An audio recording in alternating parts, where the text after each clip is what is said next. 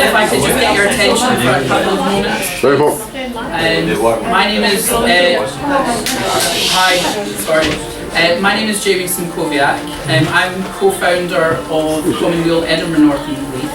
I'm also founder of 1 in 5 campaign, which aims to encourage participation within politics for those who have disabilities within Scotland. I don't know if you've seen anything on social media over the last couple of weeks, where we've got a Facebook page, Twitter page. There was an announcement from the SNP, who were the first political party to sign up to it. And there's a small bit of interaction where if you do have your mobile phone on you just now, I'd be very keen for you to get it out so that you can either join us on Facebook or send a message out on Twitter. But what I would like to do is just use the opportunity to let you know what the 1 in 5 charter is, and then I've got a banner and we can take some photos. So it's just to let you know that the 1 in 5 campaign is, as I mentioned, to encourage and empower and increase political participation amongst people with disabilities in Scotland. The name 1 in 5 comes from the number of people within Scotland of working age that do have a disability, and all of us, no matter which way you voted in the referendum or which political party you support, are looking for political representation that better mirrors society. So what we're doing is calling on political parties and organisations as well to sign up to the Charter, which has 5 points. The first one being, all members are asked about individual needs which are actioned to ensure inclusion. The second one is to ensure that meetings are held in accessible venues. The third one is to ensure that materials are available in a variety of formats, such as Braille. Number 4, organisational tasks and responsibilities are clearly defined, yet remain flexible enough to empower individual memberability. And the fifth one is that the organisation aims to increase the awareness and understanding of issues affecting people with disabilities and strives to include and empower all members. So that's the 5 points in the Charter. I have been in touch with all the political parties, and I'm pleased to actually say that all of them have been very receptive, but it's going through processes internally in terms of their executive committees, and on top of that there are groups such as Women for Independence that have voiced their support. So I'm going to get the banner out, and if you have your mobile phones, there is a Twitter handle and a hashtag that I would like you to utilise, just to give it a little bit of publicity. As it's a new campaign, obviously funding is very light, and everybody's spending money on areas in which they can. So I'm going to ask if I could take advantage of Lesley. No choice. That's damn cunning, man. Do you want to stand here and I'll put this up? Right. Can you lift it high, please? Of course, yes. Thank you very much. So the banner here, you've got disability, and you've got the website. The handle is @1in5Scot, and the hashtag is disability in politics. I would like you, if you are on Twitter and if you're watching at home, if you could tweet I support @1in5Scot, hashtag disability in politics. And you can also follow on Facebook, which is the 1 in 5 campaign. So thank you very much. I won't hijack Lesley's evening anymore, so thank you. And I'll hand over to Lesley. Thank you very much.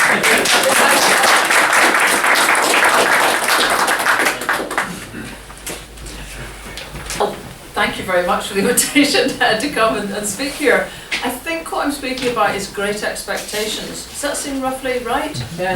Right, good. I'm just a little bit quizzical because I was in Oslo yesterday, and it kind of created a bit of a turmoil where I forgot what I was doing today, big time.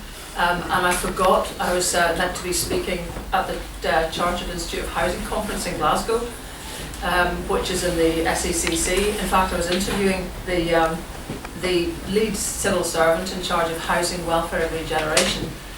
So that was kind of big omission. So suddenly today changed a lot, so I had to speed off to Glasgow and hack back across the MA, which is living in Fife. You don't have that experience very often. It's terrible. So anyway, so it's kind of discombobulated me a bit. But actually, it was kind of a bit relevant on the great expectations side of things as well.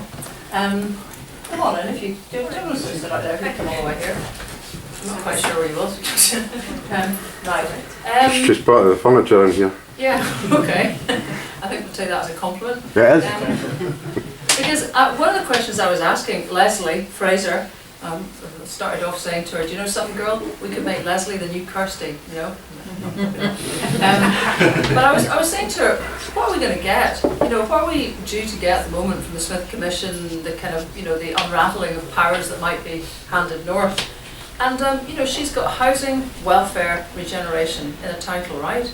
There's possibly about 2 billion quid's worth of money that could come under the direction of her. And this is not to kind of, you know, slag her off at all, because civil servants, you know, they need to keep an even keel. They don't get excited about very much. At least if they do, they don't do it in public. But there didn't seem to be much.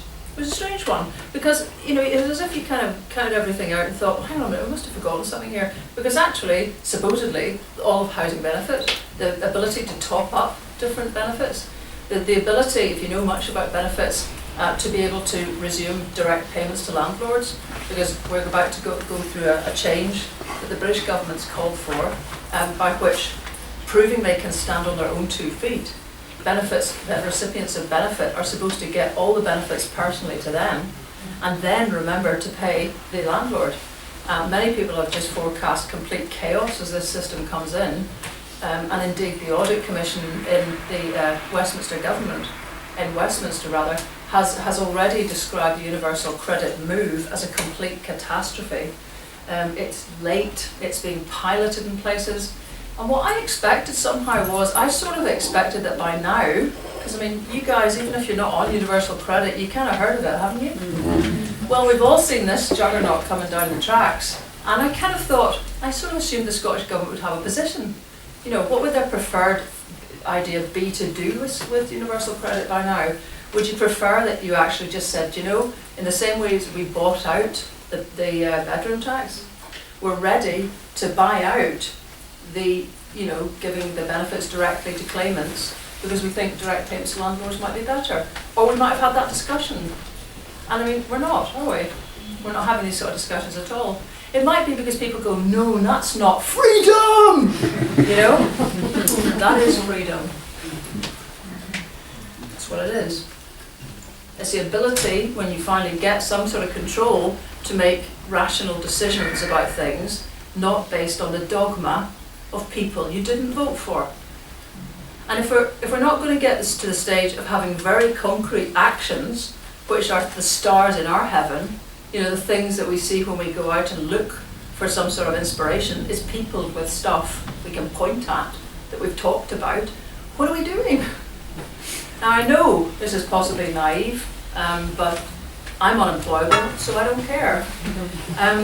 But what we should be looking now, okay, we're looking forward to a general election. There's going to be a lot of turmoil and all of that.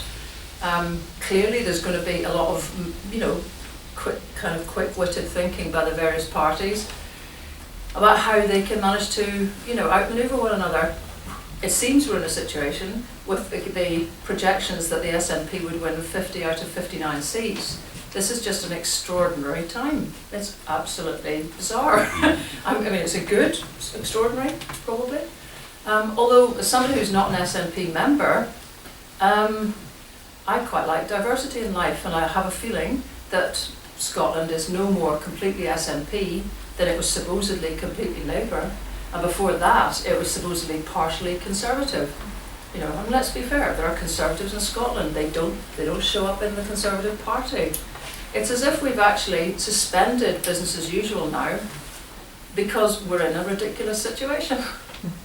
And part of the ridiculous situation is a first past the post system of voting, which is so ludicrously, embarrassingly archaic that, you know, to have to go to other countries, like going to Norway, and they're quite interested in Scotland, and you start telling them about stuff, and you just feel like you're describing a feudal midden.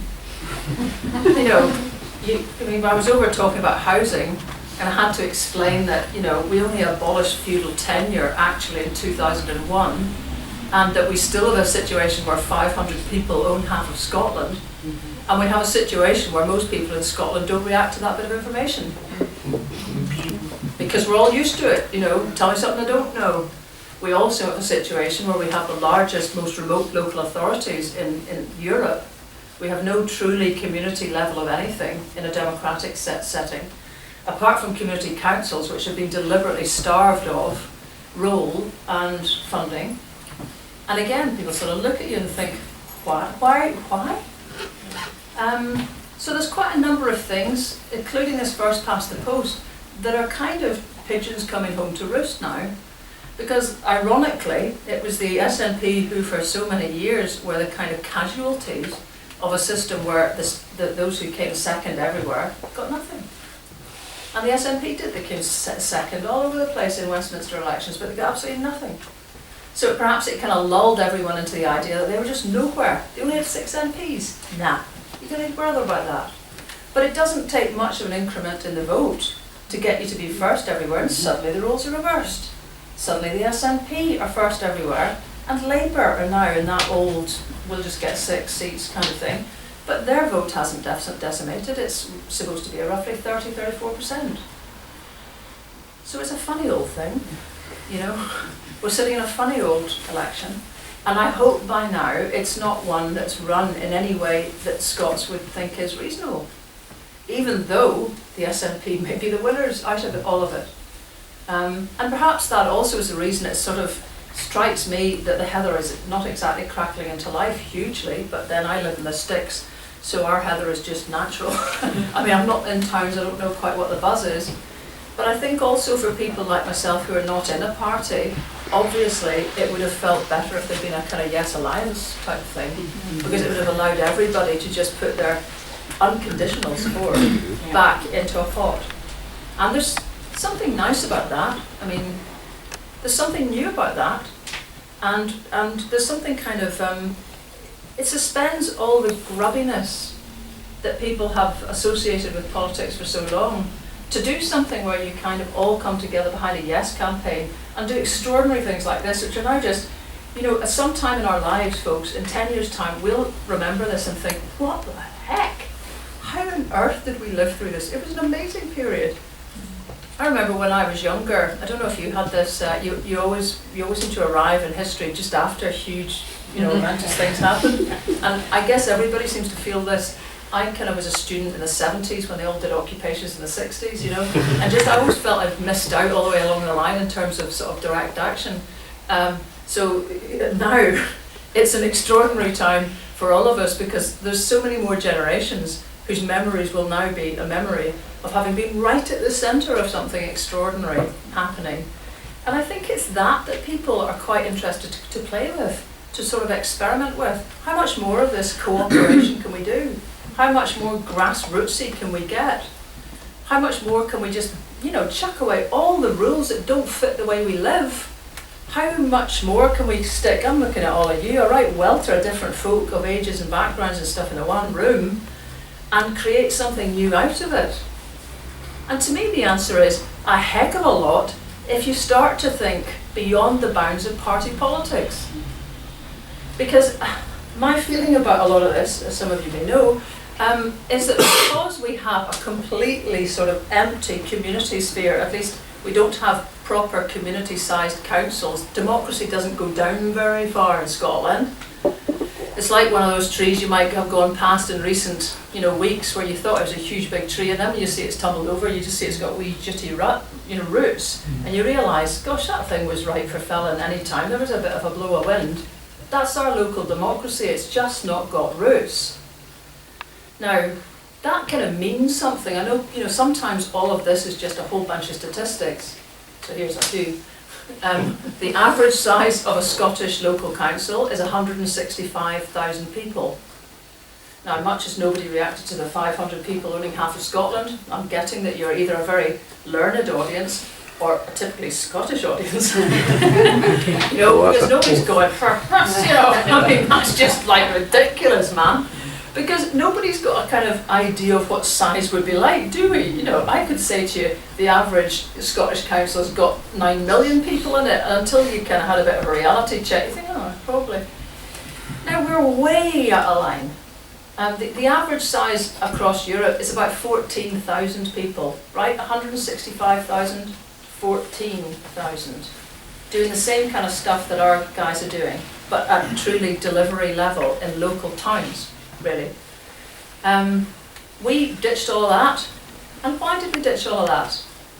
You know, people keep asking me that, especially when I'm speaking in other countries, and they go, what? I mean, if you take the Norwegians for the moment, the Norwegians are sort of in a very civilised Nordic kind of way, taking each other's legs off over merging municipalities. Because they have some municipalities that have 270 people in them, and they think they might be too small. So they're going for a huge change. There's never been anything like this in our history. They're going for potentially 15,000 people. And that is actually tearing the place apart. 15,000 people. And we've got 165,000 people. Now it's just kind of, can we just think about what that is for a minute? Because to me what it is the reason you're sitting here, possibly, and also very involved in a campaign like this to try and do something about Scotland's future, because there ain't nowhere else for you to go.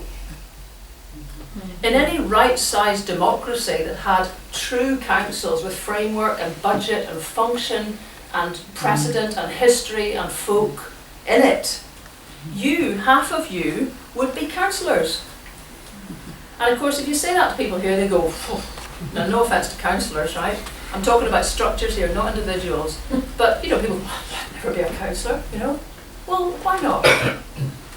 So it just seems to me that the great expectations, they're building up to the idea that there will be one moment come the election of 50 SNP MPs, which will be sort of transcendentally transformational in the way that the one moment that we've had and kind of didn't win would have been. I mean, that one would have been a transformation. That's why 85% of us turned out, because it would have been one vote, one yes, and then we would have been on the road to independence. And it's almost like we're trying to make the Westminster election part 2, and it's not. I mean, we know it's not. So for all sorts of reasons, huge expectations I think are building up about this. And strangely this time, of course, sod's law, there seems to be a bit of a kind of pull, you know, to this one. And it's very probable that the SNP will have a large group. Whether or not, in kind of political terms, Labour will actually win enough to allow a Labour SNP supported government to arise is hard to know. You know, the polls look at the moment dangerously like the Tories could just scrape in again. But of course it's true that if Labour do win, they will have to sup with the devil, with the tin hat. And as soon as you see all that stuff starting, you know that the establishment is worried. Because it's a sign, if you look back through history, every time the British establishment has been worried about what the Scots are up to, you get legions of cartoons characterising the Scots as drunkards, as difficult, as dangerous, as angry. I've heard that a couple of times as well. People say, why is Nicola Sturgeon so angry? You think, angry? I've never seen that Nicola Sturgeon angry in my life. It's just, you're not getting her style, man. That's just kind of robust. But there'll be more and more of this. You know, I mean, did you see that portrait of her as well on STV last night? With a bit of kind of, I'll just can have your legs on, you know, which is fantastic. I'm sure that'll be an angry looking portrait as well, you know, because she's got her hands in her hip. So, you know, there's all of that's going to kick in, but then what will success look like, I wonder? Because, okay, getting rid of the Tories would be a very good start. However, we've all gone through a bit of a realisation, probably many people, that Labour is not exactly the nirvana sort of destination we hoped it used to be. And it's going to be quite difficult to put a lot of heat on, because clearly there's going to be almost a vote by vote type of arrangement. That's at least the only way it could make sense for Nicola Sturgeon to say, we're completely against Trident, but we could be in a Labour support mechanism. She's suggesting that actually instead of having a sort of set of negotiations at the beginning, and it's absolutely a red line, if you don't agree to this, we can't have any support for a Labour Party, she's suggesting that actually it'll be a vote by vote arrangement. So it sounds like she thinks you could get probably quite a long way in till you get to that Trident vote. And the SNP will vote against. Perhaps the rest will all vote to renew Trident. Perhaps they won't. I've got to say the SNP are very good at playing for time, in the knowledge that time creates discussion. Time creates uncertainty. Time worries away at all the Liberals who actually are not that keen on Trident either, if there's any of them left. But it worries away at people who, have got their own reasons. I've been in a couple of conversations where some quite high up people within the government have said that actually privately a lot of people on all sides now, including a lot of the old war admirals, are not at all sure that Trident is the best thing to be doing at all. So who knows? With a bit of time, there could be some movement on that, or there might not be. And where would we be, I wonder, the day after there's been a yes vote to Trident, if you like, which the SNP were not able to stop within a sort of loose coalition with Labour? That would be difficult. It'll all be difficult. But here's the thing, every time I hear this discussed in political programmes or whatever, basically this is you kind of reap, you sow as you reap. And the British system has sowed chaos. It has sowed complete unfairness. It has not bothered to try and look at the voting system well enough to even adopt a reasonable form of PR. And I just come from a country that's had it since 1919. It's part of the reason all the Nordics have learnt to cooperate. They had to. They brought in a voting system, so long ago. And we haven't. All we did was have a referendum on AV, which was, if you remember, the only system that nobody particularly wanted. And that again is a classic British fudge. It's like, it's like the old days back in, let me just finish this wee rant and I'll come to you. It's like, if we went back to the first Scottish Parliament Assembly idea, I can vaguely remember that because I was 19 at the time, it was kind of, it was bad enough to have people all over the place on it. The people who wanted a parliament, some of them opposed that assembly because it was so weak. Other people didn't want one anyway. It was basically a classic British fudge. And you can see it's been done time and time again when there's a legitimate problem to be solved. Instead of having a wholehearted way to try and get out of it that might work, the establishment manages to find a crap solution that couldn't possibly work and just sticks it out as a proposal in the knowledge that it will divide everyone. And the same thing happened for devolution in the English regions. Another really rubbish assembly idea was rolled out for the northeast of England, which resulted in the Geordies, who we all know are pretty, they know who they are, folk, voting by 70% to reject it. So that allowed everyone to say, that's the end of that, you see, the English don't want to have regionalist assemblies. But it was a classic sort of proposal, and here we are again with something that won't work very probably. We're sitting with a first past the post system. It doesn't fit anyone. It doesn't even deliver stable government anymore, and remember that was its big calling card. You possibly don't remember because it feels like a long time since that AV referendum, but that was the big reason given for sticking with first past the post, because it gave you stable governments. Ho, ho, ho. So, we're now sitting in this situation. It is ridiculous. And I guess, we will now have an outcome where there are problems galore.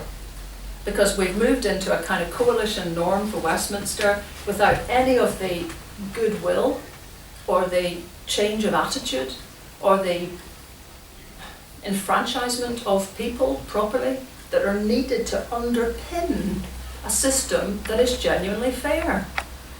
So, there are huge expectations of what's to come, but a lot of it is almost beyond anybody's prediction because so many variables sit in all of this. The one certain thing, though, is that it won't be a moment. There will not probably be a moment in the same way as we have some of us have experienced in the past, in which whatever Scotland needs is kind of delivered. That's very unlikely.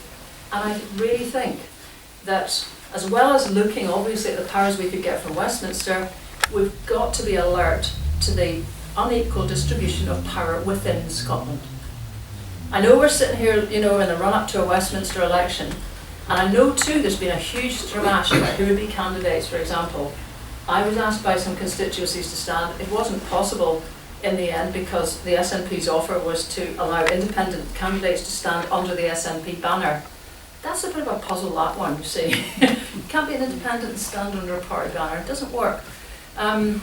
So, I did have a few conversations actually with those at the top and said, which parliament do you want the best people to be in?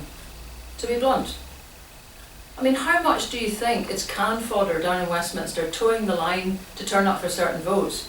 Do we really want to put everybody that we think are passionate and committed to the big issues that Scotland has to face into Westminster?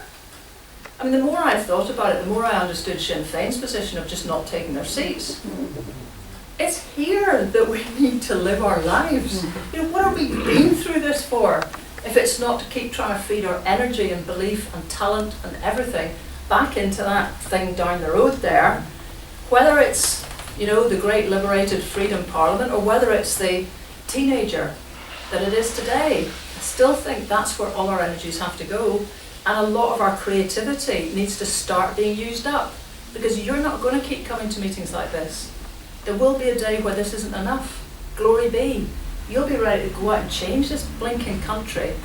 And we need to have a kind of receptive environment within Scotland to do more than simply, if you like, be members of parties and be involved in election campaigns. You know, it's like living life for birthdays. They're nice. They mark something, but actually there's just one out of 365 days of the year. Elections are just infrequent events. Our lives, our political lives, have to be lived a different way, you know, in an area where we're constantly able to do stuff around us. And that, to me, is still the big change that's to come. But anyway, you had something to say there, which I cruelly arrested. Thank you for all your points so far. A couple of things. I don't know if it was who it was that said it originally, but said that politicians look to the next election and statesmen look to the next generation, and that's what we need. We need more states-minded people, you know. But also the question really in relation to the general election, for me, and it's the kind of the elephant in the room. Thanks to the system that they currently have for first past the post, please God, not too many UKIP people will get elected. But supposing they do, supposing there's a dozen of them, enough to create a little bit of tension, and it's a Tory majority, slight majority, then the polar opposite of what we're imagining here, Labour SNP, actually happens Tory UKIP, you know. UKIP at no point really have said how much of the Smith Commission they would honour. Or what they do. So for some quite interesting stuff. Yes, yeah. You know, there's not enough. Basically, they've said they want to end the Barnett formula and you know, remove money from Scotland, Wales, and Northern Ireland. They are now the English independence, you know, independence party. I mean, you know, I can't imagine their chances in Scotland would be particularly high, unless, of course, nobody's been following on in detail. But anyway, I take your point. But yeah, so it's just, you know, there's potential both ways, isn't there? Yeah, you know, for either left of centre or considerably right of centre. And I guess my question is around what do you think it would take to re-galvanise the movement towards independence? Would it be that kind of right of centre thing, or would it be Labour and SNP and people are fed up with Labour? Or yeah, there's quite a lot in all of that, so let me just try and do a few things before I forget them all. First of all, I do take the point about the difference between, you know, politicians and statespeople, but actually, I mean, to me, the future is in the hands of the people. I really mean this. And so these analogies, I can't take your point. Actually, I think it's people who think far ahead. You know, it's people who've got the capacity to sort of listen to a lot of stuff. Like, I mean, to be honest, what we got in the independence campaign, where you'd be, you know, 500 quid better off here or 600 quid better off there, I'm not sure that either scenario appealed to people, because both of them were unnaturally, you know, glowing or unnaturally desperate. And we sort of knew there's ups and downs in everything in life because we've lived lives. So I've got a lot more faith in people's ability to project well over artificial boundaries of elections, because we're not in an election cycle. And I suppose that's what I'm trying to say. It's one of the most damaging things in life to be stuck in an election cycle. It makes people politicians, you know, it does to them what we've seen. Don't go there, you know, I mean, just stay out of it, participating in elections. So maybe that's my wee plea. UKIP, Mercifully, at the moment, even in England, UKIP's taken a bit of a dump actually. It's down at 11% in the most recent polls that Lord Ashcroft has been sampling. Those are the ones that have caused all the eyebrows to be raised here because they're done constituency by constituency. So for the first time you get a representative poll of 1,000 people in each constituency even. Nobody's ever had the money to do that. So his ones are pretty shit hot. He's looked at quite a few of the southern English constituencies and reckons that basically at the moment UKIP are only on to win 3. And those are kind of Dover, you know, the ones that are the ports that have some immigration problems. Again, as you say, first past the post, they may get a bit of a vote, but they actually won't turn it into too many seats, is the prediction. So 3, I guess, you know, 3 could be a bit of a turning point, but probably not enough to give UKIP much clout within any of this, I would have thought. And the final point you made, gosh, I've now forgotten you, I forget. What was the point you went on to make then? About what it would take for yeah, people to be galvanising. energised again. Well, this is just my own opinion.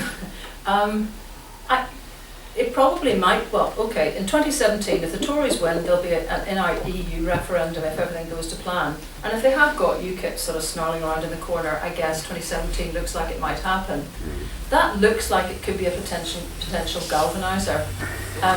The signatures on the first Trident contracts, I understand, have to be signed this year or next year. So again, if that becomes a moment, there's another moment where something could happen. But really, I just wanted to kind of try to just look a wee bit at the way you put that there. Because what would it take to re-galvanise the Yes campaign? Those things, but the Yes campaign lost. Yeah. So in a wee kind of way, we're pretty easily galvanisable. We're the kind of guys, if Robert Halpern was here, you know, the stage hypnotist, you'd all be behind me eating onions, you know. You guys are persuadable. You know, you're already limbered up and ready to roll, you know. The question is, what would change the outlook of the 55%? Or even, you don't need to persuade everybody, 20 or 30% in the middle who kind of swithered. Now, that to me is a different thing. I don't think necessarily the kind of warning of imminent UK delivered disaster works so well. Although I think the prospect of pulling out of the EU could be a bit of an eye opener. Because I notice even already, Gordon Brown has got his factory going of calamity. You know, Gordon Brown and George Robson will soon be there as well, outdoing one another. You know, that can anyone remember what his expression was about how the EU would be North Korea? Yeah. Yeah. He's got a preoccupation with North Korea, wasn't it? You know, it was him that came out with the stuff about Dalek Sandlin in North Korea. So, you know, they're already beginning to make these sort of, you know, cataclysmic predictions. And I guess there'll be Tories as well who feel much the same.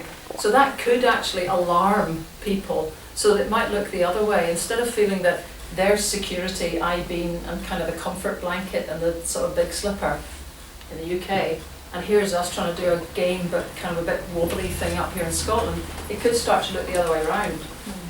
Or not. I mean, to me, what we have to do is to try to demonstrate that there is a different direction to run a country in.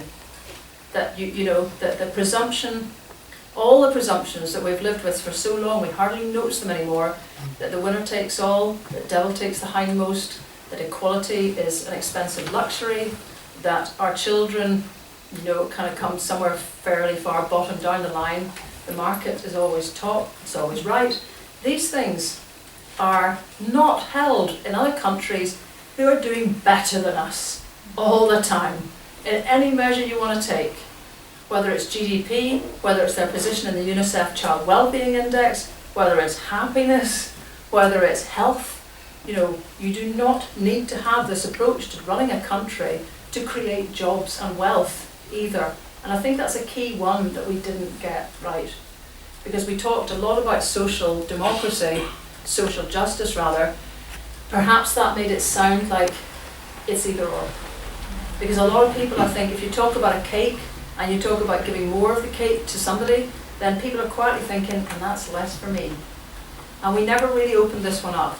I mean, I wrote a thing about this recently for the National, and I'm delighted to see Nicola Sturgeon starting to talk about, you know, about efficiency or competitiveness and fairness being two sides of the same coin. It's got to start being like that. But we have to start talking about making jobs. We have to tackle, I think, the deep-seated belief in this country that there is a big tube that comes out of London and it brings everything of value to Scotland. And if anybody cut the tube off, all the value would just stay down there, not here. We create value where we are, but actually it's incredibly hard for people to believe that. And things like, I mean, if we went for a really effective bit of devolution, I'm not saying that it's what I want, but here's what a possible outcome of it. I mean, if you got, for example, to the stage where Scotland, let's say, had full fiscal autonomy, that might be a hard one to see happening in the short term, but what it would mean, for example, is that pensioners would receive pensions from the Scottish Government.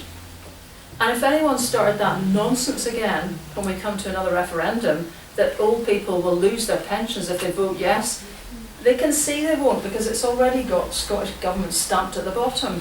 You know, the more things that come from the Scottish Government that are pivotal to your life, the more you begin to source value here. It's the reason that whoever it was, who was it, Jim Murphy, or who was it, that was suggesting that when there's been investment by the UK government in a road, you get a big Union Jack beside it. Yes. That helpful target practice suggestion for nocturnal, people who can't sleep at night with shotguns, you know, that kind of one. But I mean, it's the same point, you know, they're trying to say this was brought to you by the UK government, because they're recognising that within Scotland, people presume that all improvements are made by the Scottish government. So it kind of matters where you get key stuff from, and I think that would be go some way towards, you know, changing people's minds a bit. But you all, I mean, you probably have had the same experience. Have you had a conversation with a serious no voter since last year?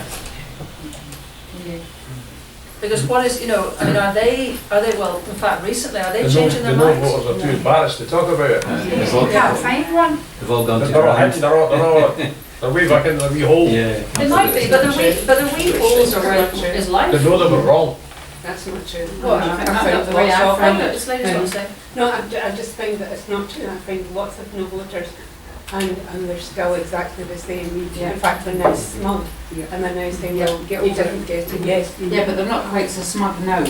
Well, I don't know. But You know, I think in the last, the ones that mean I think since the last poll, the Ashcroft poll, I think a lot of them are seeing that the Scots are not put back in their box and shut up and what have you. That's right. I think they've seen that, and I caught a bit of First Minister's Question Time today, and the Andrew Neil programme, I think maybe about half an hour or so. They're obsessed with Scottish National Party. They can't stop talking about it. Snide remarks and insults and what have you, but they're obsessed. They cannot stop talking about it. Yeah, but what does that suggest? Yes. Yeah, it's also it's interesting, you know. I mean, this is stalemate. This election is pretty boring and predictable, and then suddenly stage right, something completely weird's coming in out the corner. And I mean, they are, you know, even guys I know who are quite reasonable are just the same because it's actually exciting to them. I mean, this is democracy. It should be you know, exciting or otherwise that justifies how much airtime you get. But by gum, they are excited. Michelle. Obviously, people are all meeting their own no voters, so my son's a no voter, and I would say he really has to, he voted no, and he's always been a Labour voter, and he has said to us since then, I'm not happy with what's happened since, and I certainly won't be able to vote Labour again. So there must be other people like him, who, although he's not saying he can now suddenly vote yes, he's becoming aware that things maybe are not quite what he thought. Yeah. I think that's a pretty good point actually, because I mean the other thing that's happened kind of at the moment is that there's a number of things that have kind of got jumbled up here. The SNP, the yes vote, independence and the general election.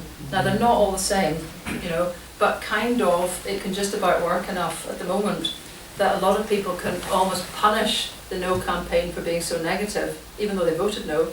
They can punish them for the bad feeling they have about it by voting SNP in the general election. I mean, this is the weird kind of, you know, world we're in. it's not the same thing at all, you know. I'm not quite sure what it's like, you know, sort of eating kind of 2 packets of jammy Dodgers and then having a Hermesita's in your coffee, you know. It's a bit sort of like, doesn't really make it up for it. But we've got the situation we're in. People don't have another referendum chance, so they're going to act in a way to sort of, that's a bit like the Canadians did. If you kind of say no to independence, but then you keep voting for the Parti Québécois, or you vote in Barcelona for the Catalans because they're pretty feisty. And actually, you can end up there a long time, is the worry. So, you know, there's all these dynamics happening, and it's not very clear to me, actually, which way things would go. But you're all ready for something. It's like standing where, you know, and kind of, I don't know, well, it's a bit like a sort of small church. Perhaps we should have had a song. But what are you ready for? Let it get ready to Westminster. I mean, you're not going to Westminster yourself, are you? No, but until such times as you get people down there that you can get yourself away to Westminster, you can have all your parties back again, but there'll be Scottish parties in Holyrood.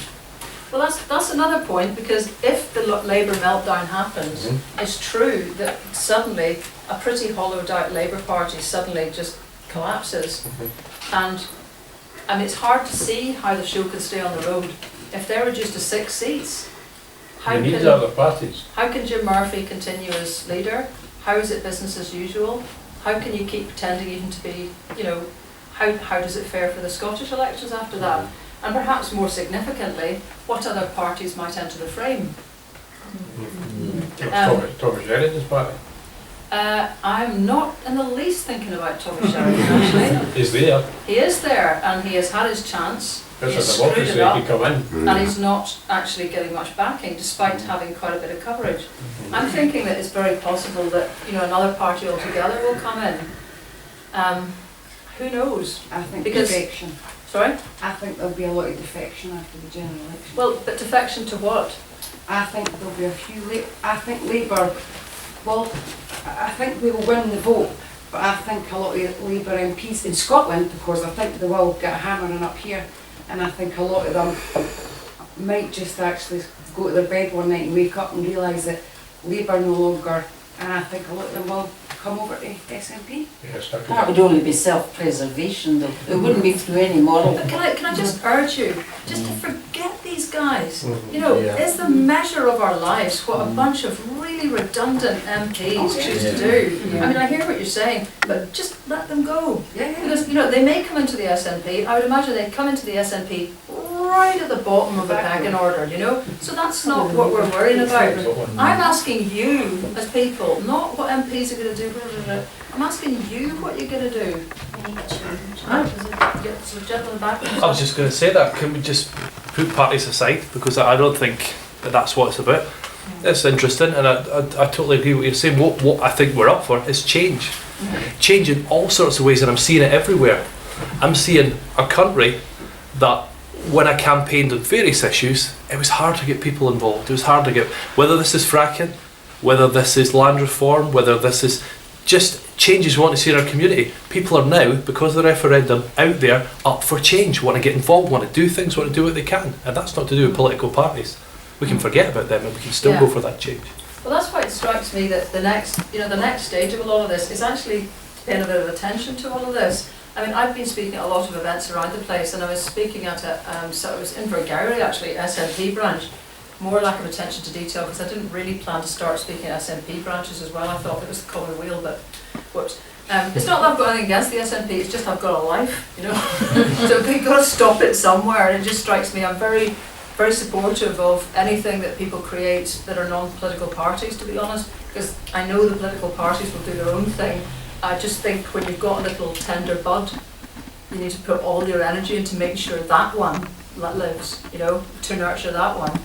And so there we were in Invergowrie, which is kind of very close to, you know, some pretty large estates in terms of sporting estates and everything.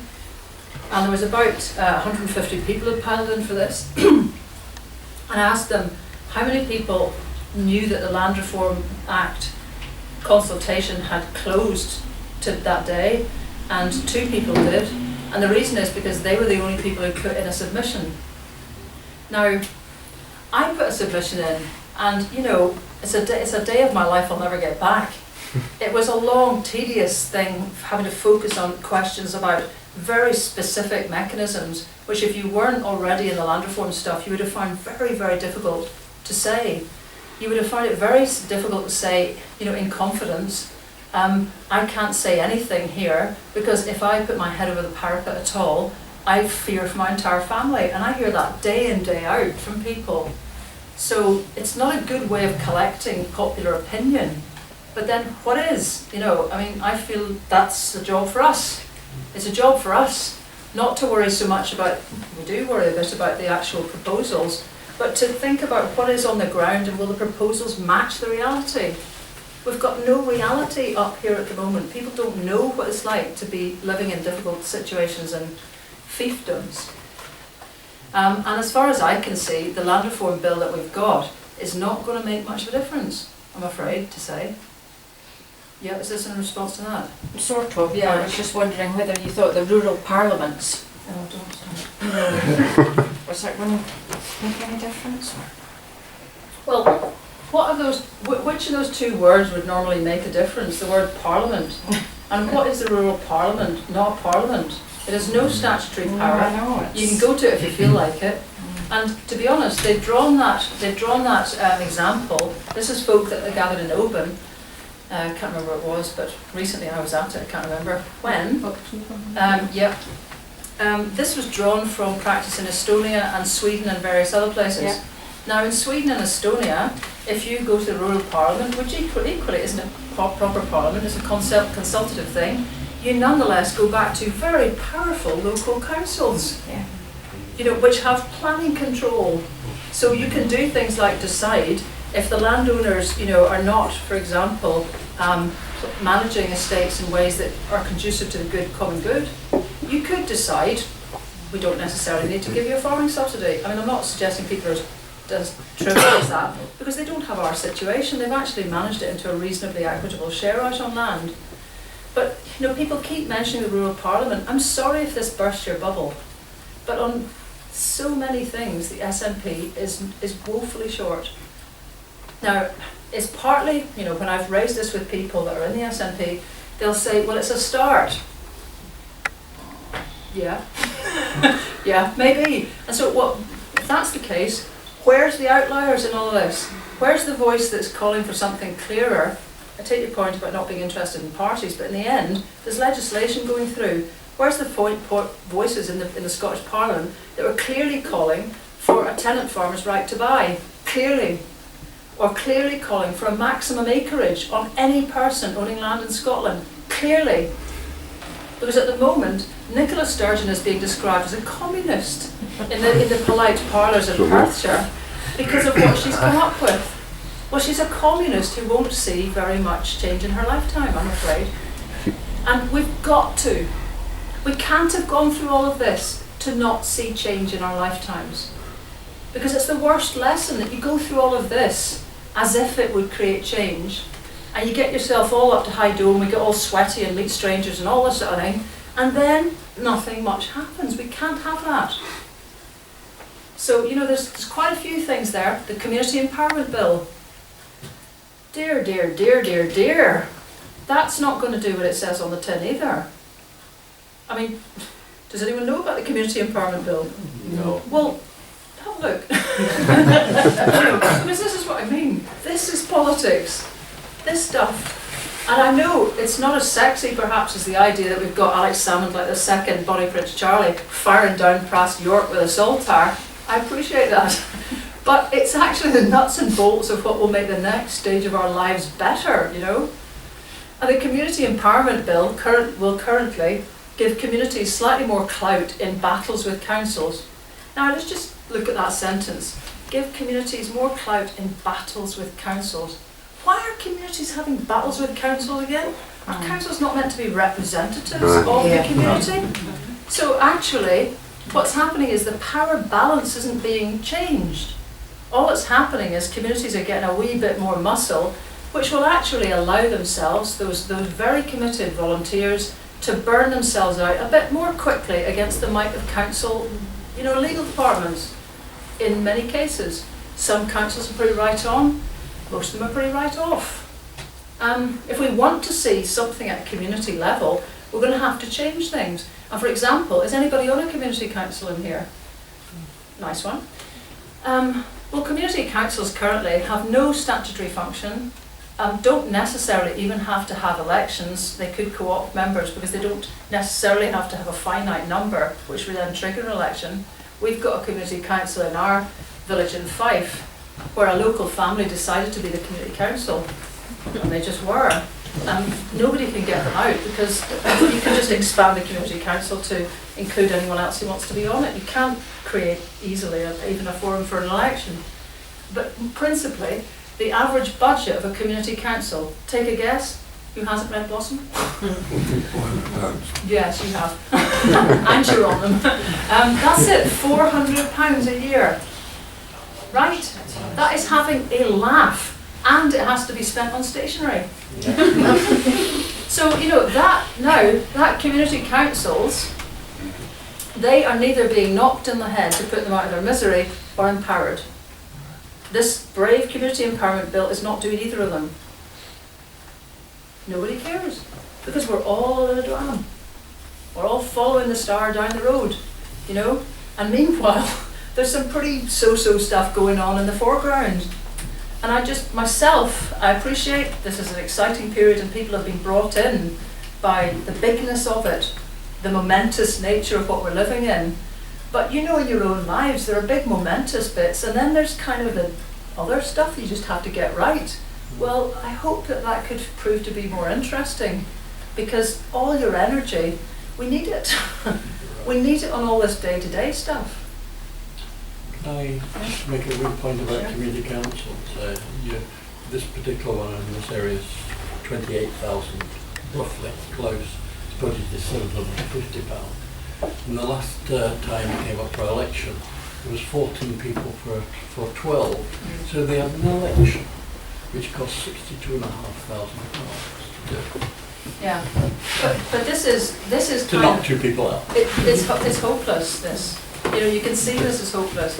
You need, when you start to put power. I mean, I was thinking again of the very nice woman that I was speaking to, the Scottish Government regeneration woman, Lesley Riddoch, and she said that she was mindful of the 85% turnout in the election, and thinking that would it be possible to try to get a far bigger turnout in things to do with housing in communities, how to get people more involved. And I just sort of said, hand over complete control. And there was a bit of a kind of titter in the room, yeah, right, no. But that's why 85% turned out. It's one heck of an aphrodisiac to know that you've got complete control over your country's future for 10 hours. And actually, I think it scales up and down, you know. If you're going to actually involve people and stuff in the community, you need hard cash down at the community level that can be decided by those people. That's how it works in every other society around the north of Europe. And we should get to know a little bit about it as well. Because it just strikes me that at the moment we know what we don't want. We don't really want to become a tartan kind of Westminster. What do we want? That's the biggie. We need to start working on that now. And just a wee analogy on that point, does anyone, this is Edinburgh after all, does anyone ski? One? I think that's a bit of a shock. Okay, sort of 1.5. Well, I didn't learn to ski, and when I got married, I had inherited stepdaughters who wanted to learn, so we went to France. We were kind of hurtling down the slope when I realised I hadn't been listening when they told you how to stop. So I was kind of really hurtling down the slope and saw a wee lassie sitting at the bottom playing. And of course, I was just going straight down, you know, hell for leather towards her. And I kind of tried a few moves to avoid her, but I had no moves because I couldn't ski, so I was still just heading straight towards her. And before I hit her, I kind of cowed to one side, bashed my head, no sympathy or whatever. But Rosie, one of the daughters, came up afterwards and said, "Were you not listening?" You know, and I said, "Well, shock, horror, irresponsible adult alert, no." And she said, "Well, the instructor said that all you have to do to turn is to look where you want to go, and your skis will follow." And she said, "Where were you looking?" Now, I can't tell you what an apocryphal moment this was. This young lassie has, is in the body of a 12-year-old and the mind of a kind of Methuselah that has seen many centuries or something. I thought that's a real truth, that. That what you actually put all of your energy towards, what you're fascinated by, what you're compelled by, you're absolutely welded to. And the more we spend time fixating what we don't want in Westminster, I think the more that's exactly where we're going. Because the only way I could have avoided hitting the lassie, apart from the count, was to actually do that, turn and look in a different direction. And it's true, your body changes, it turns to that new direction. And it would have felt counterintuitive because all my attention was on her, but to avoid her, I needed to take up wholeheartedly a new direction. Well, I hope you can see where I'm going with this. We're only going to go straight back towards everything we don't want to become, or we'll feel proud of ourselves because we're 1% better than England at stuff, which currently, stands for success, which is, again, pathetic. Because so often both nations are just sitting together in the gutter on certain outcomes, particularly democratic outcomes, health outcomes and child well-being. We need to have higher ambition. We should be. I'm glad when I hear Nicola Sturgeon talking about, trying to match Austria or Sweden. God love her, she's got her work cut out because none of the fundamentals are there for our society to easily match those countries. But we should be starting to think that's where we should be able to reach. And trying to think, what kind of country do we want? Well, just because there's something in the back of my mind there, a wee thread going through all of this evening, is it was a great analogy with the skiing, of course, as you said, you've got that focus, then that's where you're going to go. And I think without poring over why we lost the referendum and everything, but that focal point was Project Fear's agenda, because I do think that we kind of found ourselves as just prime negators of Project Fear, as opposed to offering that different perspective, or not promised land certainly, but a different way. And I think, taking it from what you were saying there about how Scots are told, we've got things ingrained in us, and for years we've believed certain things, that that's just the way it is, surely. And I think, I can't remember, without getting scientific about it, it was a Sapir-Whorf hypothesis, Right. which says that people start to behave in line with the language that they use. And I think we started, even in the Yes campaign, started almost abiding by the no nomenclature and terminologies. And I think the way to break away from all of that is actually to stop even saying things like Vivo Max. And also stop having all these different commissions and things, because we're just, People's Front Judea, Judean People's Popular Front, and it's just kind of breaking everything up. We've had debates in this room here about where does the Yes campaign go. And I think the best thing we can do is actually to try a new vocabulary. I know it sounds a bit naff, but we've been conforming. We have all been conforming to Project Fear, and still Project Fear continuing, because I'm talking about elections and Smith commissions and Vivo Maxes, instead of saying, well, actually, the Land Commission thing that's coming through just now should be like there, should be like there. I mean, the start of the Common Weal book was fantastic for that clarity. You can do this because somebody else is doing it, as opposed to just saying, well, we've got all these commissions and the usual British state mechanisms, and well, let's focus on the general election and blah, blah, blah. I don't have a question or a comment I had to get off my chest. I take your point. I do take your point. I mean, you sound like you're a man who knows neuro-linguistic programming sort of thought, which is very much resist it. well, which is very much that the words you use kind of start to condition back the way you feel about things. Yeah. And so I went to a kind of course, mostly because it was in Belfast, and I felt like going back a lot, which was kind of an interesting thing. It just gets you to avoid. This one particularly got you to avoid certain words. But you hear that in management speak. No one ever says it's a problem, it's always a challenge. You know that one? And it makes you want to scream, what's the problem? Just in English! But it's true. You can talk yourself into an early grave. You can talk yourself into becoming a victim. You can hear it. That's true. However, it seems to me that language kind of is like a kind of, I don't know, is it like a parachute with strings down to something tangible? And actually, the thing that would change language is moving this around. It just moves according to where the bottom is. What's this? Scottish society. I'm not really too worried about now what language is used to describe anything. I am so fed up hearing people talk a good game and doing nothing. That's it. I could just stand up and say that. That's it. That's why I was very involved with the Isle of Egg lot, because they were obviously going to do something. They did some crazy things first, but you know, they began to be able to pull their energy and then get very focused. And I've watched those guys turn from being, I mean, in the terms of a guy came over from New Zealand, Robert Reid, in about 1997 or something. He set up the Alliance Party in New Zealand, and he was talking about that, and he said it's composed of Maoris, women and farmers. And I said, respect, you know, that's like a frisky bunch. And he said, it doesn't cleave that way, it's all temperamental. He said there are stone throwers, institutional plodders and alternative builders, and they hate each other and they need each other. And there's not a week that's gone by, this is this week's one, where I haven't found a moment where that seemed kind of relevant. Now I don't know if we've just got too many institutional plodders and stone throwers. We've definitely got them.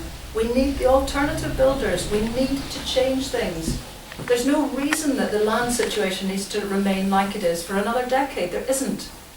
There isn't a reason why we need to have massive local councils so that our concept of local power is completely non-existent.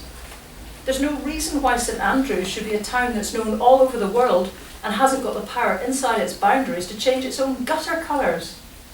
There's no reason why any of these need to go on, except we all talk a good game and do not change broken systems. Because why? In the 60s, it was a local government, local council, and then just amalgamate that together. Yes, but Take everything. that's right. We have moved to a period of We merger. didn't have to stop it, I mean, that's, at that time, we didn't.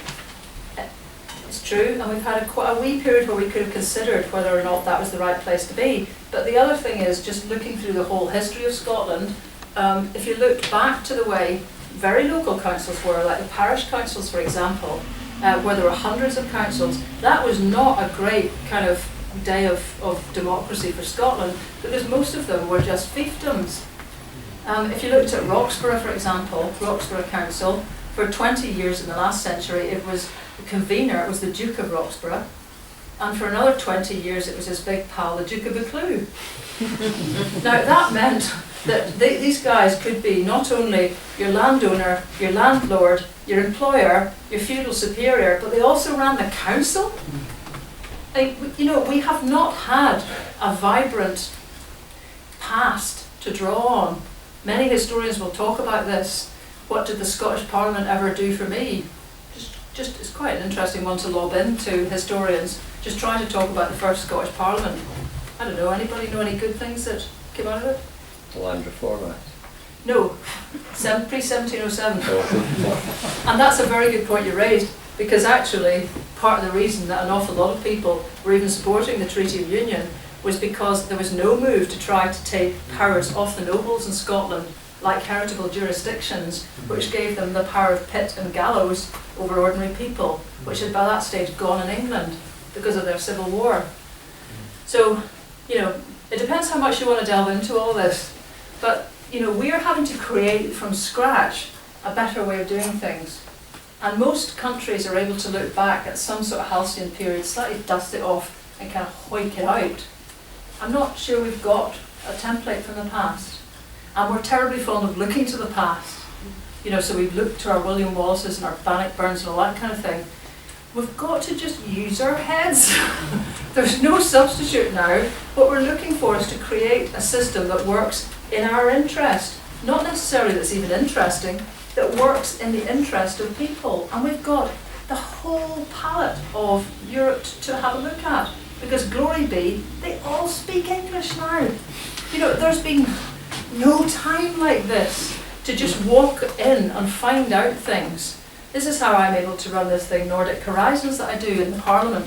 And every time we do a talk, we do a little video. It's just 12 minutes of a particular thing, and it's easy to get. And their English is absolutely perfect. They make jokes begorra in their fourth language. You know, so it's not hard for us to do this. But we're not oriented towards finding practical solutions to do tomorrow, or practical solutions to do in 5 years. You know if you're talking to a bunch of people and in any walk of life, and they kind of mean it or they don't mean it. You know, you get a different feeling from the conversation, don't you? You know, if people mean change, they start sizing it up. How many do we need? How much will it cost? When will we do it? Where will we get it from? How would it be fair to choose it? Who chooses it? Those are all the questions that you start to hear when people want to do something. I hear none of them. Well, can't you do any of that? So we get rid of them to down the road. Because we've got to ask permission to do everything. No, Do you that's think, not do true. you think they're going to Biggest hand it half over? No, that's Because I exactly control not everything. true. we've got to wrest control from the people down the road. They're not just going to give it away. That's the point, isn't it? The action has to come from us. Like, we can't wait to be given by somebody else. I'll open this about something. That's true, but come on people, there is a lot that is devolved, and I appreciate, you know, it's far better to have the complete powers to fund something so you can change an entire funding stream. That's very You true. need the money to do that. And you need the power to do Okay, how that. much money do you need to change land reform? Land reform, that's totally different. Like, that was supposed to be getting devolved, That, and they changed that. no, they didn't. I'm sorry, sir, but I'm you going just... through a ground problem just No, now. but this is not, And no. it had to go changed in December. The law changed in December. On what? On land reform. That's land register. Yeah, no, And the land question reform. of how land is owned in Scotland and whether, for example, it's okay to not tax them. I mean, there's a land reform bill going through Parliament at the moment. It has the power, the Scottish Parliament has the competence to decide on quite a lot to do with land. It can decide whether or not sporting estates are even taxed. Up until now, since 1999, they've paid nothing. That's completely within the purview of the Scottish Parliament. You know, the Scottish Parliament was the one that gave crofters the right to buy. They could have given the same right to tenant farmers. If they did, they would have done the same thing that happened in 1903 in Ireland, when tenant farmers were given the right to buy and the money to buy. And it transformed Ireland. That's why, apart from the shitty gunnies, they're a fairly bouncy bunch, because you go to the countryside there and you see farms, productive farms everywhere. We don't have that. But I you know don't it feels think like- everybody should come together and do one thing at a time and do the No. big issues first? No, I don't. Why? Because that's not the way life works. And the point is, we are coming together, here we are. But what I'm trying to The majority of people in here are here for the same cause. They're here to hear the same things. But they want, as the chap says, they want change. The only way you're going to get change is if you get independence. I fear that whatever I say to you, you'll say the same thing back Now to you'll me. not change my mind. You mean yes. I'm a yes vote. You're not listening to me at all. No, because you can't get the changes that you want until you get rid of Westminster. Right, I've come a very long way, I'm very hot, and I don't need to keep doing this, Mhm. right? So why do you think I am? I understand what you're saying, I appreciate what you're saying. But what I'm trying to say is, one thing at a time, the big issues first. And the big issue is getting the powers to do what you want to do without asking to do them. It's like asking the headmaster if you can leave the room. Right, The reality is, though, that's not going to happen anytime soon. We've got to, We've still got to work it. we've got to live with the here and now, and not. We've got to deal with let me what's in make one front more of attempt to us. say this, because really I'll just stop. If even a few of you feel like this, I'll feel that what I've said tonight has been spectacularly unproductive. It's not a question of either or. It's a question of everyone develops through life to have the capacity to take on more in their lives. That's a trajectory we go through as people. And it's one we have to go through as a people as well. Now, happily, growing goes on all the time. We're actually growing old as we sit here. We're all nearer death, right? So this thing is unstoppable. So it could be with people. If we're going to become an independent nation, we have to be able to run everything. And that capacity gets built by starting to run something. And all I'm saying is that whilst we sit here, perhaps out campaigning for the SNP to win the general election, out doing the yes vote or anything else, there's other things that we need to do, and that is to rebuild the democracy that we never really had.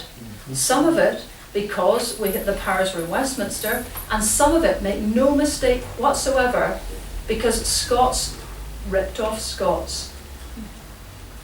The reason that our housing is crap is very largely to do with that, because a lot of it predates the Union. So my interest is not trying to kind of totally allocate blame here or there. It's trying to look at the society you want to create, try to build up what needs to be so that people have the power to move forward with it, and then figure out where all the obstacles are. There's a wheen of them down the road, there's a wheen of them here. Now the wheen of them here we can do something about, if we acknowledge they exist. If we don't, and follow your own thought, which is that we wait to do the big stuff first, I think we'll never get a yes vote, because there are elephants in the room in every corner of this country, where people know that those in power have been given preference for too long by Scots. So we need to fix it. We need to show people that it's not all yeah, this, that we can make changes. We're brave enough to do it. We're crafty enough to do it. We're smart enough to start making these big changes, because I think that's what will persuade a lot of the no voters I know, to be able to think, to have some confidence in this country. Otherwise, we're just like we're just like hot air. I think you're right, Liz, and in fact, you mentioned the Nordic Horizons meeting. I was at one of your meetings at Parliament, and the question of renewable energy there was a chap from Denmark, which was a fantastic presentation. Oh, Jesus. Yeah. I mean, to show the contrast between somebody who had the bollocks to do something and patently we didn't, or we don't. And we've got the issue now of renewables has been taken back down to London from Edinburgh, I believe.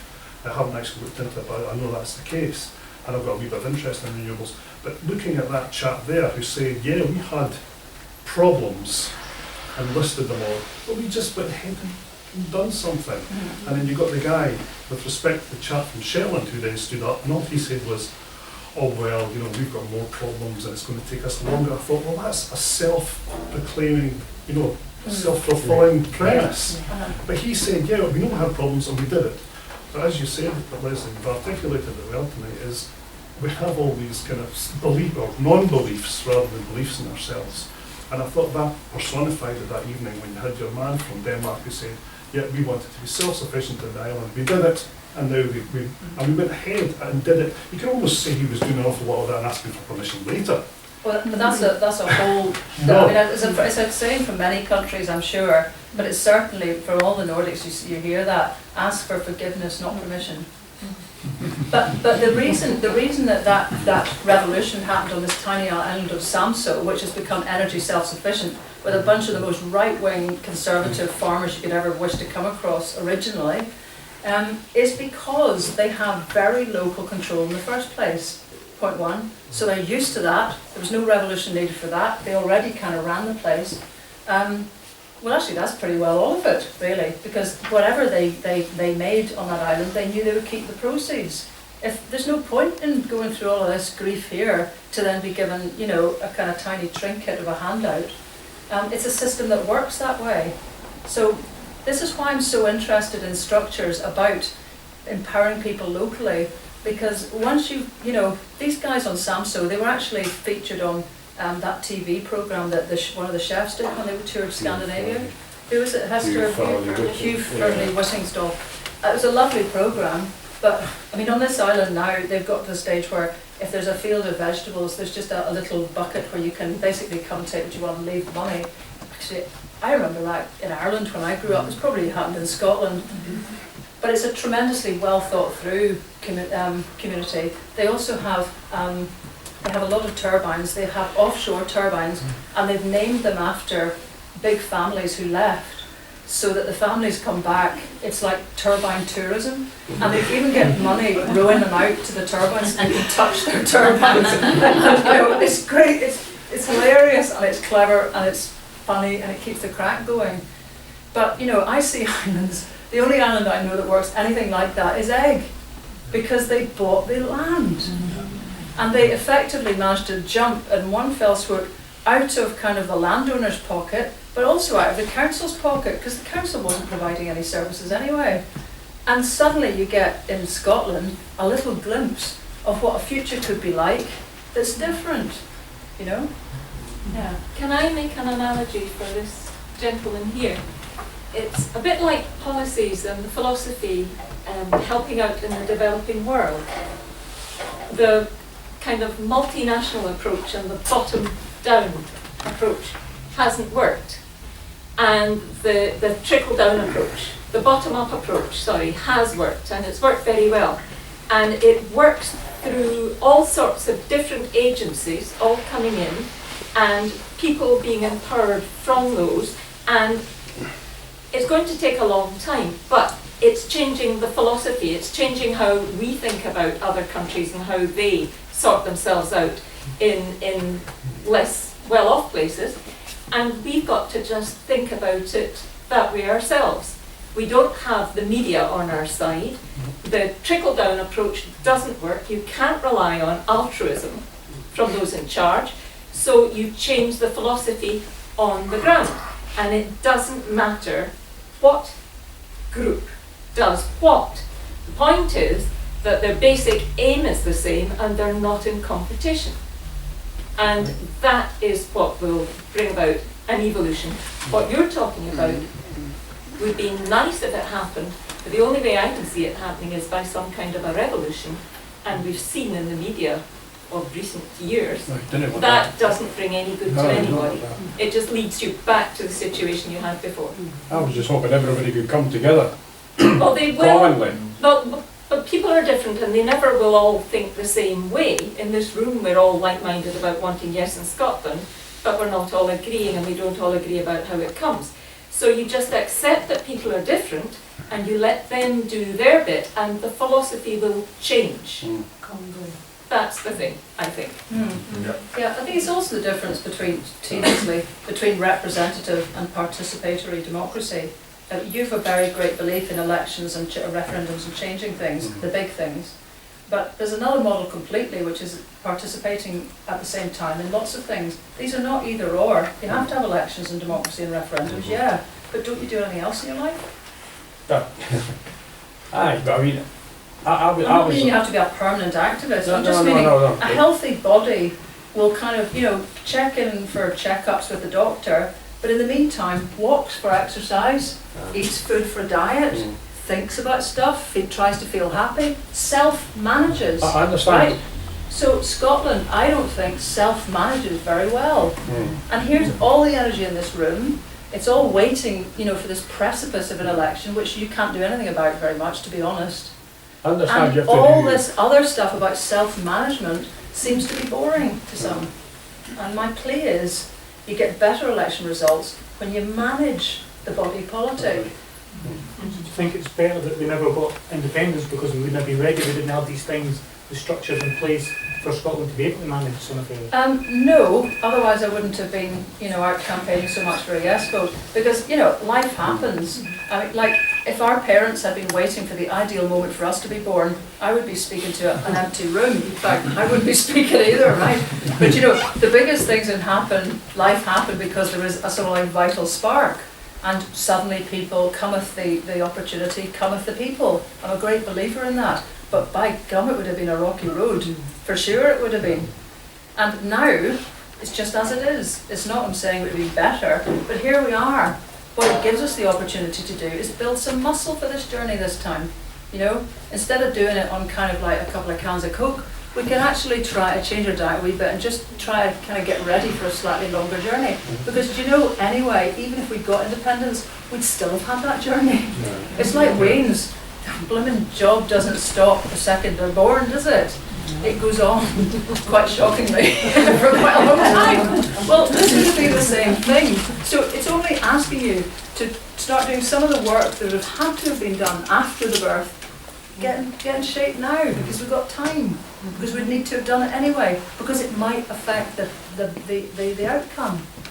It makes a lot of sense what you're saying. If you get the building blocks in place and all the other things sorted out, and then you are definitely in a better position for when or if it ever happens. Well, I think so. It's just a question of trying to keep yourself a bit limbered up, a bit in action.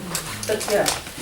I'm just an ordinary person, don't even have a job or anything. I'm sitting here thinking, yeah, this is good. I'm going to go to bed, I'm going to get up in the morning, and I'm not going to have a clue where I'm supposed to go to start affecting this change. It all sounds grand, but I still feel really clueless. Yeah. Well, I spent 3 years writing that as a starter because it is a kind of everything I'm talking about is a sort of, it's a digest of if you don't feel you know Scotland particularly well, and this is what I'm starting to find, you know, that's at least a starter with some history in it, some how other countries work properly. Importantly, very importantly, some stories about how Scottish pioneers are fabulous. Because the other bit we don't get here, and I tried when I was in the BBC, and it was kind of like always, oh, nobody would want to watch that, is stories that the things that have changed in Scotland have changed because of people, not politicians, right? You know, so that it was, you know, the women that went rent strikes all over Scotland in the 1950s and so on, they changed quite a lot of legislation regarding to rent. Particularly Egg, for example, absolutely created the Land Reform Act of 2001. The Egg Acts did it all on their own. They pulled up £1.56 million with no help from government at all, or any politicians. And the poll tax, you know, there's plenty of examples of where people have gone in and just gone enough already, and actually the law has then gone, oh, well, actually, after it. Poll tax thing, isn't it? Yes, well, that's what we were saying, the poll tax. So there's plenty of examples, right? And the thing is, I don't think we have enough examples of where, in the public domain, of how much this has happened all over Scotland. You don't know about it enough because you don't hear the stories. So the principal part of that is full of these stories. But you're quite right, it's not immediately obvious where you go out and start. That's why I think the things that have to start have got to be community campaigns. Because you go out, you work with people, you start to see something, you know, a particular target to try to work for, and you get on with it. And in my experience, that's the thing that then makes you realise there's far more capacity in the group than you thought. Because at the moment, you know you can talk a good game. Do you know you can do anything else? You need to. I guess the Yes campaign, it was exactly that, isn't it? It wasn't in party as such, it was just spontaneous eruption of all groups all over the place. And look what happened there. Yeah, but I mean, to be honest, I'm not knocking any of this. This is all success. People coming together to try to figure out what to do next is all success. It has to move though, it has to develop, or you won't come back. And all I'm saying is that, to my mind, what I would love to see is, you know, 1 million allotments across the cities, right? Just let's get this sorted now. Let's get the, you know, because again, every other country in our latitude has got those right in there. We should have local energy schemes. Councils in other countries provide district heating schemes. Being involved in housing associations or cooperatives, if that's relevant, that's great. But I mean, there's 1 million things. It's just, of course I can't say what that particular one would be, because I don't know. Unfortunately at the moment, it is all voluntary schemes we have, because we have nothing at the community level in a formal sort of way to get involved with. But just to give you one example, I'll shut up. During the referendum, I was up in Elgin, I think. Do you remember all the libraries were going to close? And so there was a big meeting there about, you know, about the Yes campaign and everything. And I was making much the same points. And people were saying, but what can we do? I said, well, you could just start opening your own libraries. And people just went, what? Well, you know, just if your libraries are being closed, okay, you're having the argument. You're trying to have the argument with your council. Actually, in the end, they were semi-successful, but only semi-successful. You know, just get together and try running a library. Why not? And then somebody said, well, actually, I've got quite a lot of books, and somebody else went, well, you know, just having a whole bunch of different books doesn't create a library. But actually, there was quite a lot of dissatisfaction with the way the libraries were being run. You know, they were still a bit shh, and there wasn't coffee in them, and you know, various things. Well, you could do something like that, maybe. All these kind of community things have started from somebody saying, hang on a minute, there's something here that fits us, is us shaped. And it just takes a couple of people to figure out how to move on from there. So I know that isn't the answer you want, because it's not a kind of yellow brick road with a sort of set of signs on it. But starting at community level is a good place to start as any. I think so. Like, just stick that in the common wheel. Well, the other thing is pick some particular issue as a bunch of people and get your teeth into it. I was at a Women for Independence meeting, if you'd like to mention them, all the different brands of our revolution, in Edinburgh, down at the Serenity Cafe.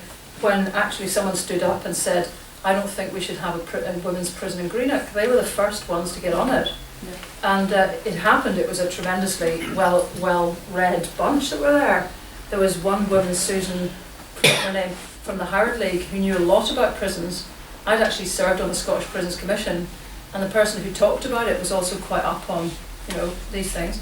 So we actually had a tremendous discussion for about an hour. We just stopped talking about everything else, did that. They then got into all the other Women for Independent branches, which is why it became a thing. And then Jim Murphy tried to steal it. But we know.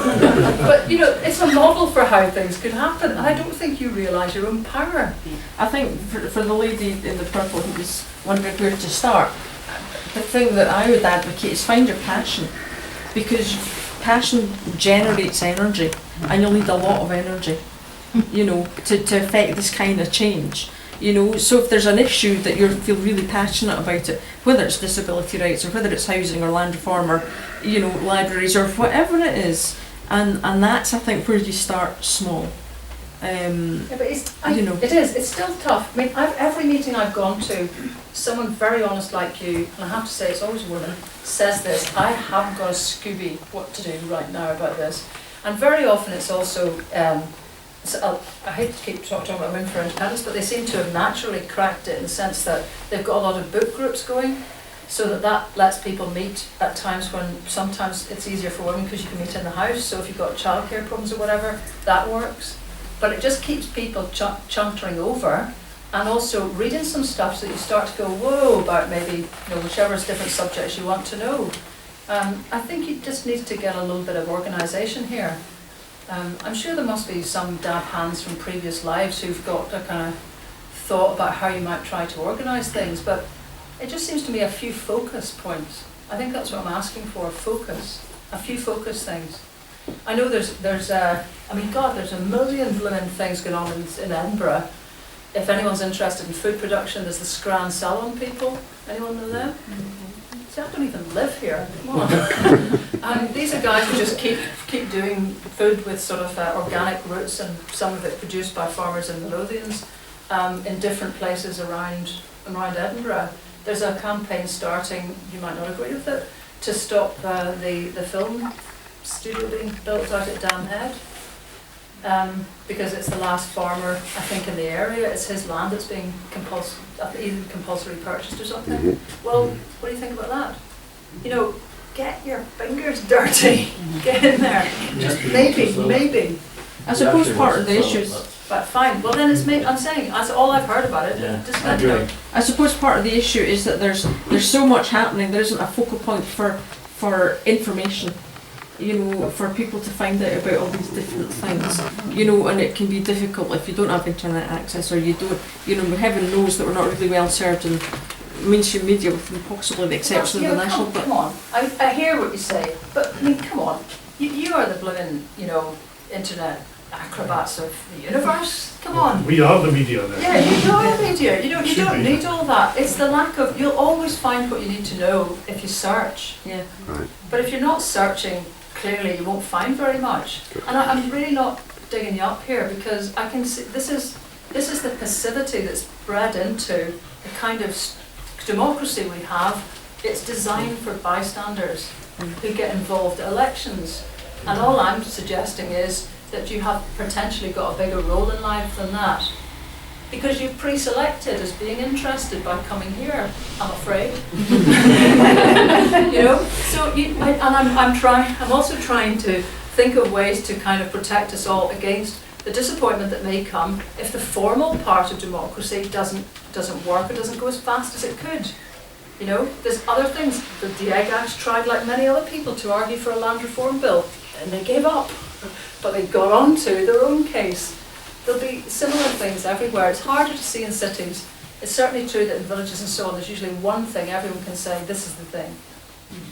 But anyway, enough of all of that. That's a discussion perhaps for you some other time, to try and decide if there's anything particularly that moves you all as a group, or what you might see as a future. But please, I don't think it is okay to be consummately involved in the future of Scotland and not knowing about the mechanics that are grinding their way through right as we speak.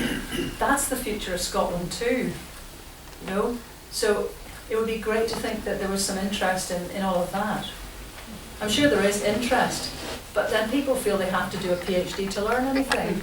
And that's another thing I was thinking about, was that we almost need a people's university, a mobile one, where you get user-friendly people, like what do we pay academics for, to come out and actually lead discussions and stuff. Because the interest in Scotland is at an all-time high. There's not enough speakers to go and service every branch that wants them, of everything. But it's almost like we need to recreate the Workers' Educational Association all over again, because there needs to be people who have got specific knowledge. Now, again, that might peter off after a while, but I find a lot of people will put their hands up and say, I don't know much about Scotland. And it's not surprising, because we weren't taught about it. Yeah.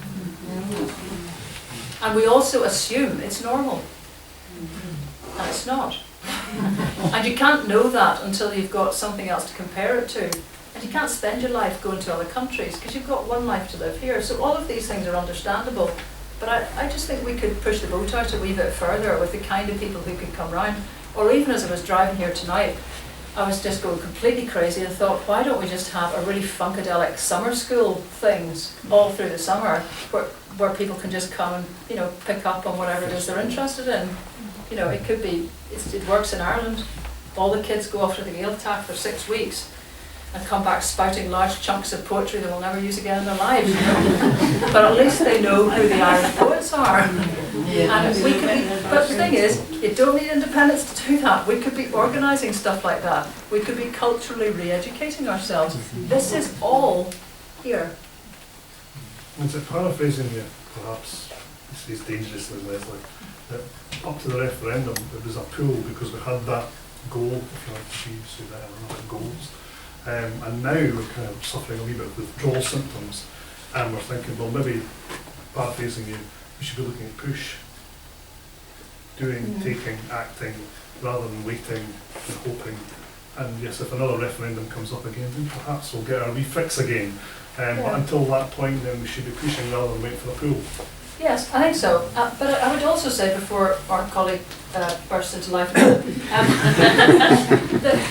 I think that it's the very act of doing this that creates the feeling about the country that makes it truly attractive to people who have doubts. The Yes campaign, everybody got together. That doesn't figure out what to do, get together. We failed, you sent fear down to Westminster to get hope in Scotland, that they can't try and hope. You have to have work at it. You have to do things at the basics to get to make the hope work for you. You can't just rely on hope. That's just, it's like an excuse. Well, hope keeps things alive. It works. Keeps them nice, yeah. If you were thinking there's something majorly wrong with the water in this place, you're going to get a plumber to come and you place all your hopes that he isn't going to come with a blooming hammer and knock a bigger hole in it already, because we all know plumbers are nice people, because I sense there's one in the room. Right, so, yes, right. So, you place a lot of hope in that, but actually it may be that actually the whole water system, you've got lead pipes. It may be that the water system isn't, it's been installed badly. It may be that you need to change quite a lot of the structure of the house. It's not just the water tank, and it's not just him that's going to come and fix it. You're going to have to think through how it all works. So all I'm saying is, of course we need independence, but the way I think you persuade people, I went through this on egg, because not everybody believed in the idea of the buyout at all. There were still 3 people at the end who didn't want to go for it. But the way that it looked like it was going to become more manageable was that everybody began to talk like people who meant business. They were talking about if we, or eventually when, we have the island, we'll have to weed out that forest because it never got thinned. In fact, an old bug said, you don't even want the forest there because it's on the wrong kind of rock. We told them they didn't listen. All right then, where would we, if we were going to have forestry, where would we put it? Now I know you're not living in a little island, but it was that kind of thinking. What kind of things would we need? And then getting involved with it, beginning to do it. So I think we have to start building this country afresh, because if we were independent tomorrow, we would have a lot of problems to deal with. A lot of problems of inequality, bad structures, disempowerment stuff. Now it sounds like a blooming life's work. It was 8 years to get eggs sorted, and they had no help.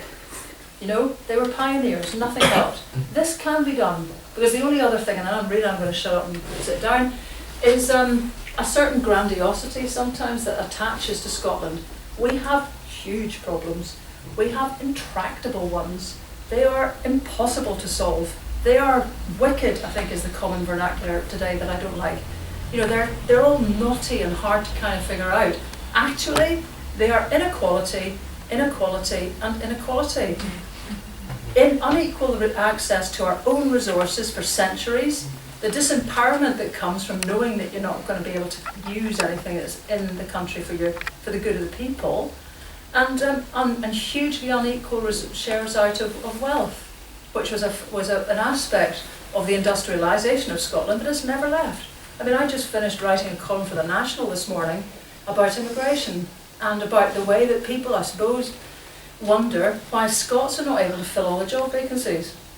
You know, if you just take all the racism stuff out for a minute, why are there so many vacancies that Scots can't fill? I was simply just trying to ask, you know, when it comes down to all the aspects of this country, there's lots of reasons. You know, we have 0 hours contracts, we have all the difficulties there are with jobs, we have actually 300,000 Britons leaving every year, and they tend to be the most skilled people.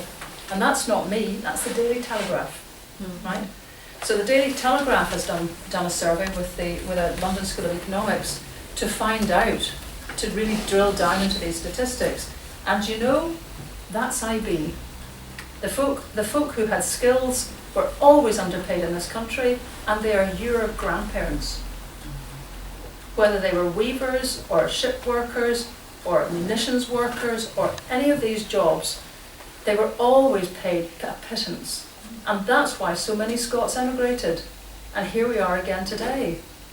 So, you know, there's weather and there's climate. And let's think about climate, because we need to think about bigger shifts in this country so that we don't become a tart in England. When we get independence, it's going to have to be much better than that. Good night.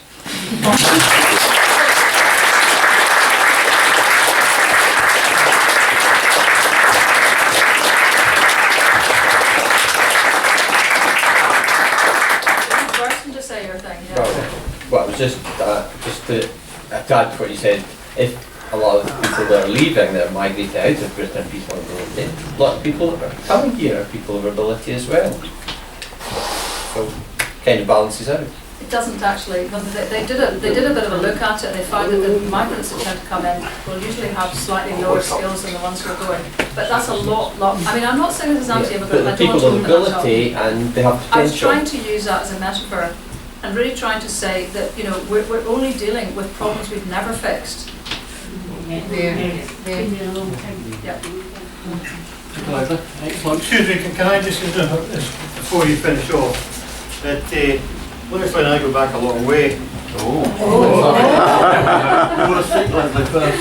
I used to chair conferences at Liberton. I was trying to get this for you. Are you still No, I'm fine. Okay, don't worry, that's fine. Sorry, on you go. I used to chair conferences. Lesley was a facilitator. Normally in the conference you chair it, you open it and you close it. But not when this lady was here. Because any difficult question that arose was punched right to the chief executive or a chairman. So we've gone through this before. The other coincidence is I come from Udney in Aberdeenshire. The Laird of Udney was Lord Belhaven in Stenton. When he died, his daughter inherited the estate, and she married a guy called Keith Schellenberg. Keith Schellenberg was the Westminster of Egg, and that's why I would recommend that you all get the opportunity of reading Blossom. I'm Blossom on my Kindle, and it covers virtually every aspect of what Lesley's talked about tonight. Somebody says, what do we do about this? I would suggest it should be part of the curriculum for excellence in school. Every child should have to read it. I would suggest you all buy one if you haven't done already. Read it. Make sure your children read it. Pass it on your grandchildren. and then they will get the message. Lesley, you've coped with a lot of heat, lack of air, and you've been wonderful as always. Thanks very much.